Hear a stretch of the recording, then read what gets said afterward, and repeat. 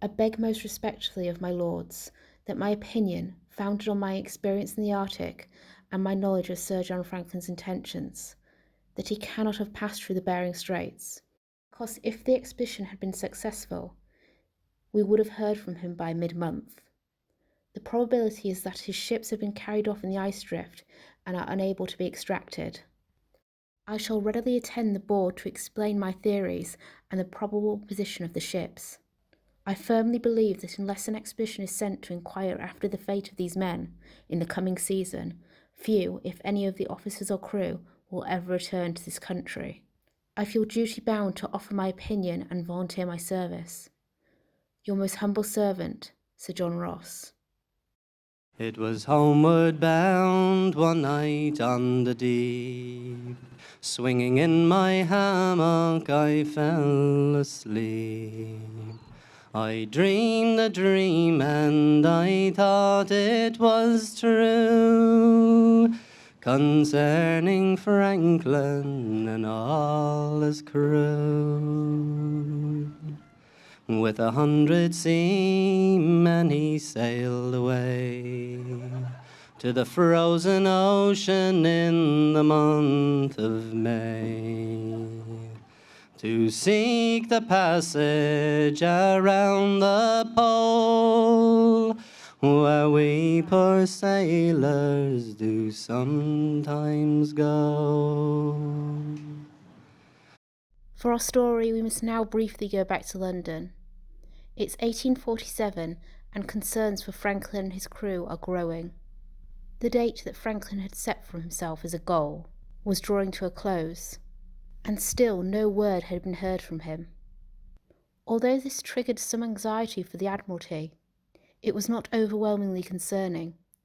People knew that it may take longer, and they knew that the supplies that Franklin had could last up to 2 more years, without the men suffering any sort of ill health. The majority of the concern came from the public, who had invested their faith in the idea that Franklin would be back by now. This is in part due to the heavy media campaign that surrounded the expedition before it left the country. This deviation caused the people to speculate and grow increasingly fearful for the fate of the crew.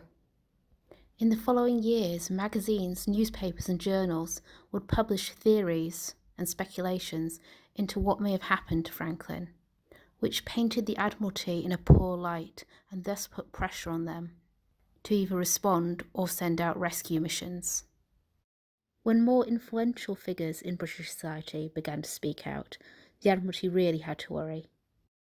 Most notably, James Ross wrote a letter to the administration in 1847, which we heard at the beginning of this essay. His concerns were echoed by Lady Jane Franklin, the wife of Sir John. Lady Jane herself was a highly respected political figure. She was impeccably determined and educated, and proved herself as a worthy governess during her time in Tasmania with Franklin.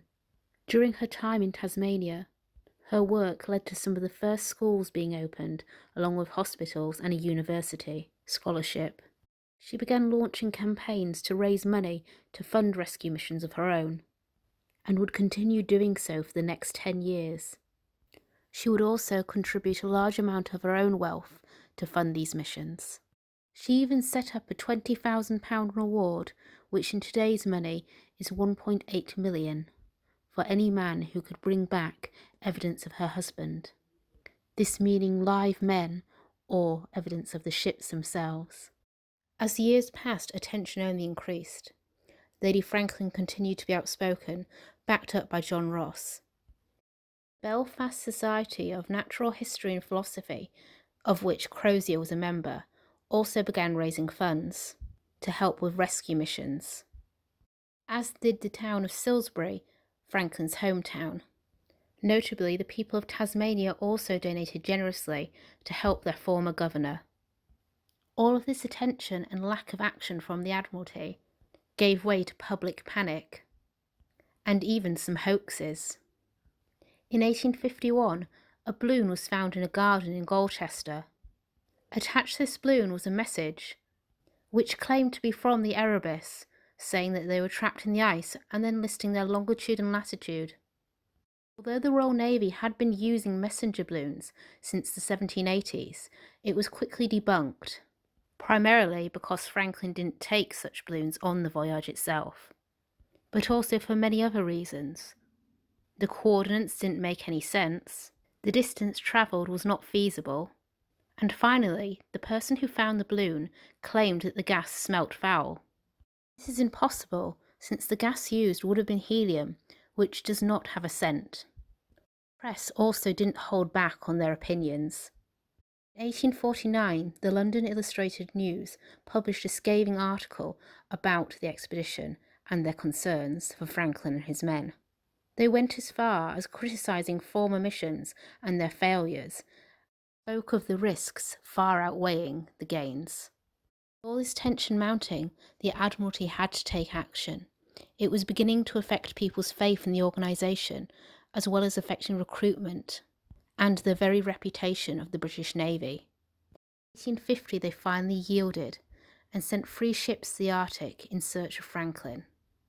They were the first of many, as the next 10 years would be spent looking for Franklin and his crew, or at least the fate that befell them. Millions would be spent, and what they found would shock the British public forever. Now it's about time that we return to the Arctic, because in the very same timeline in which the Victorian public were raising funds and beginning the campaign for rescue missions, a great tragedy was unfolding, for which that help would come too late. In September of 1846, the Erebus and Terror were frozen into the pack ice, and they would never move again. For nearly 3 years, the crew were trapped on these ships, hoping and praying for a summer to come, only to no avail. I think it's important that we consider perspective here.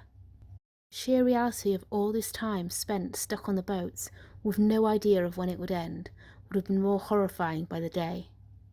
We have no first-hand accounts of how the crew felt during this time. No letters, journals or diaries survive, depicting their daily struggles.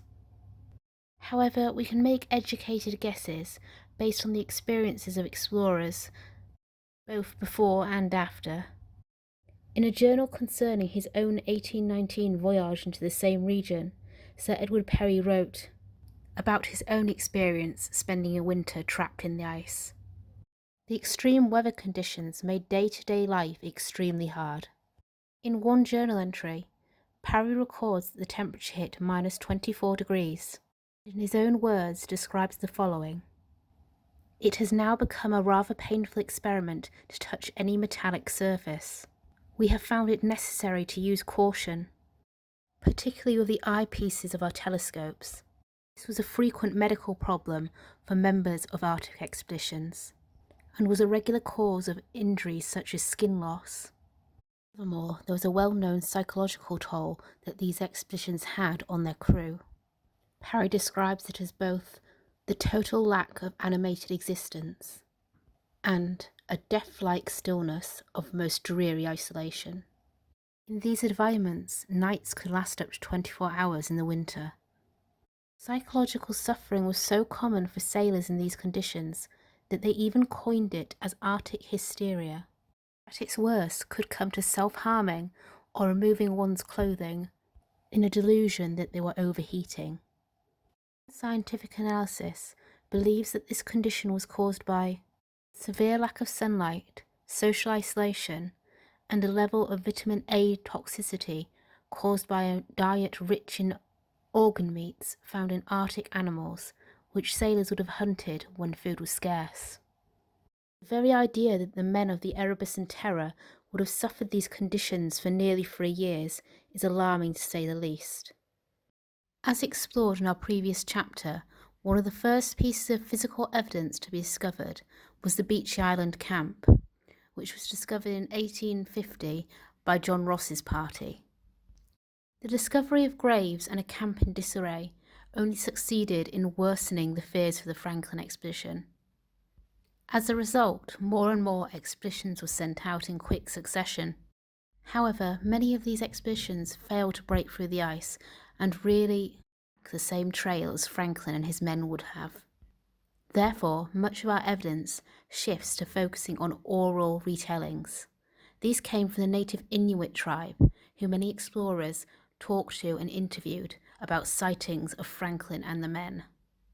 The most notable and yet controversial of these figures was John Ray, an Arctic explorer who first headed out in 1850, although he failed, and then returned in 1854 to complete the exploring. John Ray compensated for his lack of physical evidence by interviewing many native Inuit peoples and recording them in a journal to be presented to the Arctic administration upon his return. Ray gathered many accounts of the Inuit meeting Franklin's crew upon the ice. He theorized that at some point the crews of the Erebus and Terror left the ships in the hopes of trekking further inland to find some sort of settlement or base where they could establish themselves. Communication with the native tribes was a lot easier than we may think. Having explored the Arctic for decades, the British administration had fostered reasonable relationships with the tribes, and many Arctic explorers actually ended up speaking some of the native language. Some of the Inuit people were even brought back to England as representatives to prove good relations. Francis Crozier himself, the captain of the Terror, was well known to be fluent in Inuit. He became so close to one tribe in particular that they even gave him an Inuit name. This name was Agluka. And in a similar vein, Crozier gave the leader of the tribe a name, the name Crozier. And this tribal leader went on to become an important figure in British and Arctic relations. However, Ray's early interviews focused primarily on the observations rather than interactions between the men and the natives. And the most striking and agonizing evidence of all was the observation that the Inuit made of a final camp. Some time after the surviving men abandoned this camp, the Inuit invaded it in order to gather resources or anything the men may have left behind of value. However, what they found was much more chilling. Cooking pots were found to have bone fragments in them, whilst nearby skeletons were found to have the heads, hands and feet removed in an attempt to make them look less human. It therefore seems highly likely that in their final days, Franklin's men resorted to cannibalism in order to try and survive just a while longer. However, upon Ray's return to England, he gave his report to the Admiralty in order for them to review. Unfortunately for Ray, the report was published in the national newspaper, The Times. This was done without Ray's knowledge, and such sensitive details were not meant for the public eyes. The content of the reports caused such a stir among the public that many publicly discredited Ray. Most famously, Lady Franklin openly condemned what Ray found, claiming that it was slander against her husband. More famously, Charles Dickens himself spoke out against Ray's report.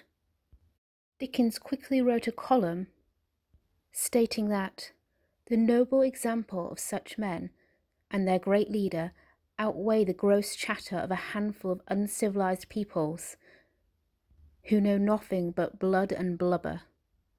This whole event marred Ray's name, and much resentment from many of the upper class in England. Keen to either prove Ray completely wrong or find evidence to support the claims, the Admiralty and Lady Franklin sent more ships out over the next few years, ones that would gather more physical evidence as well as more accountable sources from the Inuit.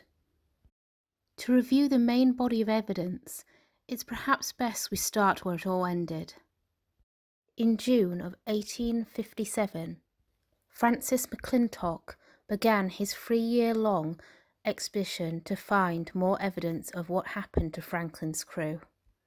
McClintock was the first to properly travel the same route that Franklin would have taken, and further investigate the Inuit tribes, and find valuable physical evidence in order to back up their claims. In order to tell their story, I'd like to work backwards from one of the most significant pieces of evidence that McClintock and his crew found. In May of 1859, the rescue party found a note deposited in a cairn northwest of King William Island. The note was dual-sided and held two messages explaining what was happening to the crew in two different points of time. The first note was written on the 28th of May, 1847, and for the most part carries a positive note on the crew, despite at the time being stuck in the ice. The note was written by Commander Graham Gore, who explained the current location of the ship and their winter camp at Beechey Island. He concluded the letter with a note saying that John Franklin was commanding the expedition and all was well. McClintock described it as a sad and touching relic of our lost friends. As on the other side of the paper, a much more grim message was written. Gore's original message was originally written in another cairn, but the paper was reused after being collected from it and placed in this new cairn. This new message read, "Terror and Erebus deserted on the 22nd of April, having been beset in the ice since the 12th of September, 1846. The officers and crew of 105 souls under the command of Francis Crozier. This paper was found in a cairn supposed as having been built by James Ross in 1831, the former letter having been deposited by the late Commander Gore. Sir John Franklin died on the 11th of June, 1847. Total loss by deaths has been to this date 9 officers and 15 men. This letter was signed by Francis Crozier and James Fitzjames, the two new captains of the Erebus and Terror, and was written on the 25th of April. This message was only written 11 months after the original one, and also reveals that Franklin died only weeks after the original message was deposited. So what could have caused such a sudden decline in the otherwise healthy men of these two crews? Medically speaking, there are a number of illnesses that could have incubated in this time, but the most likely was an illness that all sailors deeply dreaded: scurvy. Scurvy is an illness that comes from a severe lack of vitamin C in a person's diet. Sailors who often took long voyages across the sea had limited access to fresh fruit and vegetables, thus making their vitamin C consumption extremely low. In the 1700s, the British Navy began to try and combat this by having all ships carry a large supply of lemon juice for the crew.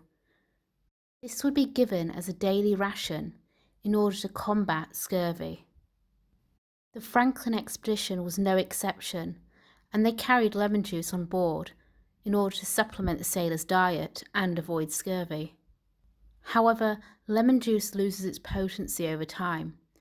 Therefore, a year into the voyage, the lemon juice that they had on supply was completely useless. Scurvy also takes time in order to manifest physically, which explains why Gore may have put "all well" when men were dying just weeks later. The first symptoms of scurvy are merely lethargy and malaise, which could have been mistaken for just plain fatigue for the harsh climate they were in. At around the 4-month mark of the illness, symptoms start to manifest more obviously. This comes in the form of bone pain and breathing problems. Sometime after this, in the final stages of the disease, the telltale signs of scurvy make an appearance. These are the classic images of blackened gums and painful purplish-red marks on the skin, which are caused by ruptured blood vessels. With this also comes a loss of teeth, a high fever, and convulsions. In these late stages of the disease, a person's mental state can also be altered. Scurvy, of course, seems like an obvious answer to this question, and it's doubtless that some of the members of the Franklin expedition would have suffered the illness. However, we have identified a number of other factors based on evidence left behind of illnesses that the men could have suffered from. We briefly mentioned in the last part of this series about the problem with the tinned food. The fact that some of the tins were improperly sealed and therefore rotted or were compromised in other ways meant that bacteria grew and festered, which resulted in possible food poisoning, at its worst, botulism, which is an illness that takes hold quickly and causes the entire body to shut down in paralysis and intense stomach and intestinal pain. Although we have no information on what exactly led to Franklin's death, botulism may well have been the cause. The tinned food was the more luxurious option from the rations aboard the ship, and this premium food would have been consumed more by the officers and leading members of the expedition. This explains why a greater percentage of officers died in the short time between the two letters than any members of the petty crew. Franklin's abrupt death certainly points towards a sudden illness such as botulism. Another danger facing many of the men was the lead poisoning, as previously mentioned in the last instalment. This came from the improper canning and also the water filtration system on board the ship. Whilst lead poisoning would not have killed the men, it would have severely weakened their immune system, making all these other diseases affect them more severely and quickly. The next piece of key information that we can get from the letter found by McClintock's rescue party is that they chose to abandon the ships on April 22nd. The ship had been frozen in the ice for nearly 2 years. It's not difficult to imagine why they abandoned the ships and saw a better chance in attempting to find the mainland. However, despite his best efforts of pursuing the coordinates as written in the letter, McClintock never found the Erebus or Terror. For many years, it was commonly thought that the ships were crushed in the ice and therefore sank once the ice had given way. The carpenters and ice masters on board the Erebus and Terror would have been able to gather this information based upon the movement of the ice and the bowing of the ship's structure, and therefore abandoning ship would have been the best possible option. However, the modern archaeological analysis of the found shipwrecks tells a very different story. The Erebus was found in 2014 and the Terror in 2016, and much to the dismay of many archaeologists, the ships were in excellent condition. No signs suggest that the ships were crushed in the ice or at all damaged by it. It seems that the reinforcements built into the hull and the other resistance methods held up very well, and their failure was not the cause of the ship sinking. This information was gathered by Ryan Harris and the rest of the Parks Canada investigation team. The drone footage captured displays the two ships in an eerie state of abandonment.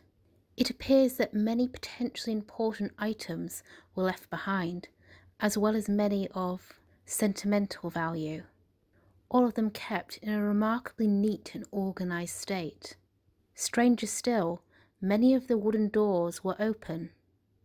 These doors were rather heavy, and unless in use would usually be closed, and in many cases locked. Because of the weight and relative size of these doors, it's highly unlikely that they opened upon sinking, or in the years since, therefore suggesting that they were left open by the crew when they abandoned the ships. As of the last investigation, in the spring of 2019, no bodies have been found, and the captain's room on the Erebus remains uninvestigated, as it was one of the few doors that was locked. More investigations are planned for the upcoming summer of 2020. Although no 19th century explorers ever found the wrecks of the Erebus and Terror, it did not deter their search. The testimony of the Inuit and the information gathered from the cairn allowed them to gather evidence by following the same route that the remaining members of the crew took in their final days. In the note left in the cairn by Crozier and Fitzjames, it dictated that they would start a march along Bark's Fish River on their way to and around King William Island. Their plan becomes clear when we consider what they brought with them. Rather than bringing sleds like many Arctic explorers in the past, they brought with them 3 whaleboats. These were effectively used as dinghies on board ships such as the Terror and Erebus, and would have taken a great deal of manpower to haul them, especially when they were packed with supplies and other goods. However, opting to use these ships instead of sleds suggests that the plan was to find open water as soon as possible and attempt to sail to the mainland. Testimony of the Inuit accounts of 3 ships. However, only one of these whaling boats was found by the rescue and recovery missions. It was found in September of 1859, and within it were the bodies of 2 crew members and a rather bizarre collection of supplies. Some of these obscure items included curtain rods, soap, chocolate, tobacco, slippers, shoes, sheet lead, and pieces of old sail canvas. There were also 2 guns, each of which contained 1 spent round and 1 round of unspent bullets. McClintock himself described it as a melancholic relic laden with dead weight. It's assumed that the burden of 3 boats and all of these items became too much as the crew pressed on, and these items were left behind in an effort to lighten their load, along with the bodies of 2 of their comrades. Both of the skeletons had been bleached by the elements. One body was more damaged than the other and seemed to be that of an older man, whereas the second was smaller in stature and wrapped in clothes and furs. It's assumed that the second man died a short time after the first, and it can be argued that these men were not in fact dead when the boat was left behind, implying that at this point in their journey, Franklin's men were resorting to leaving behind dying comrades. We also know of a second abandoned boat, which is recorded in an Inuit testimony taken by Charles Francis Hall in 1863. In an interview with a tribesman by the name of Inuk Puzijuk, they learned of an abandoned boat that contained 6 paddles, multiple watches, tin dishes, table knives, a spyglass, and more books. However, among these items were some much more disturbing ones. 3 skulls were found detached from the bodies, along with many scattered bones, and pairs of boots which contained cooked human flesh. This boat was undiscovered until 1879. It was found by an American explorer by the name of Frederick Jawotka. When he discovered it, he buried the bones and placed a memorial plaque. Later analysis shows that these bones came from at least 6 different individuals. The eyewitness reports taken by Hall were consistent with the accounts taken by John Ray, as well as those gathered by McClintock and his rescue party. One might ask why the Inuit didn't help more. The truth is, the land around King William Island was known by them to be some of the worst terrain and worst hunting grounds. Their contact with Franklin's men was brief, and on the occasions they did meet the men alive, the resources they could offer them, such as food, were limited. This, coupled with a food shortage due to the severe weather conditions of the years of 1846 to 50, meant that realistically they could give Franklin's men very little as well as sustaining themselves. However, during brief contact periods, they did manage to trade with each other. Therefore, the Inuit were able to present a number of items as proof of their contact. Some of these traded items include cutlery, plates, pistols, watches, and spyglasses. In late 1848, a party of 6 hunters met 30 white men on the ice, which they referred to as cablujas, the native term for white man. One of the men came forward to make a trade, seal meat in exchange for a knife. Based on the physical description, many historians believe that this was crozier. Once the trade was made, these men burned the blubber as a fuel source in order to cook the seal meat, which destroyed the blood and fat. The Inuit considered to be the most nutritious part of the meat. The Inuit were no strangers to white men and had met many groups of explorers over the years. They knew instantly that there was something very wrong with the men they met on the ice, and many accounts taken speak of the horror that they had in meeting these men. One woman recounted her experience, saying the men that she had met were deathly thin and their dry mouths were hard and black. Quite obviously, we can see that scurvy was at play and was causing the men to vastly deteriorate. Other native peoples described them as zombie-like, having become uncommunicative and seemingly unaware of the natives' attempts to help them. One younger native man described an incident in which 1 or 2 members of the survivors' party came into the camp, circled the igloo, and then walked away despite his attempts to talk to them, all the time seeming vacant and unable to understand. In another instance of trading goods for food, the Inuit hunting party described their behaviour as erratic, and that one of the surviving crew members had stripped down to his underclothes, which implies he was suffering from the aforementioned Arctic madness. Ray's controversial cannibalism report was also further supported in other interviews. Some Inuit tribesmen claimed to come across an abandoned campsite where the tents had been left pitched. Upon exploring the campsite to check the conditions and gather resources, they came upon a disturbing scene. The bodies of 30 men were found inside the tents, undamaged but frozen. It's likely that many of these men were still alive when the camp was abandoned, meaning that their condition had become so severe that they were left for dead. But the most chilling part of this discovery were the 5 bodies that were found outside the tents. These bodies were badly mutilated and some flesh was found in the cooking pots. The condition of these bodies matched Ray's description. The hands, feet and head were removed in an effort to dehumanize the bodies. The bones of these men were not discovered till 1992, and through the usage of modern archaeology, the idea of cannibalism being practiced by these men in their final days is confirmed. Testing was conducted on these bones in 1996, where they found knife marks on the bones consistent with that of cannibalism. Additionally, it is evident that some of the bones were cracked in order to extract marrow. Some of the bones also carry remnants of what is called pot polish. This is the term used for bones that have been boiled in order to extract bone marrow, remove flesh and gather fat. Based upon the Inuit testimony, the forensic evidence, and accounts we have of other expeditions failing in this way. In the final part of this essay, we will be looking into the forensic evidence that shows the identities of some of the bones found, and further investigating the theories on the causes of their deaths.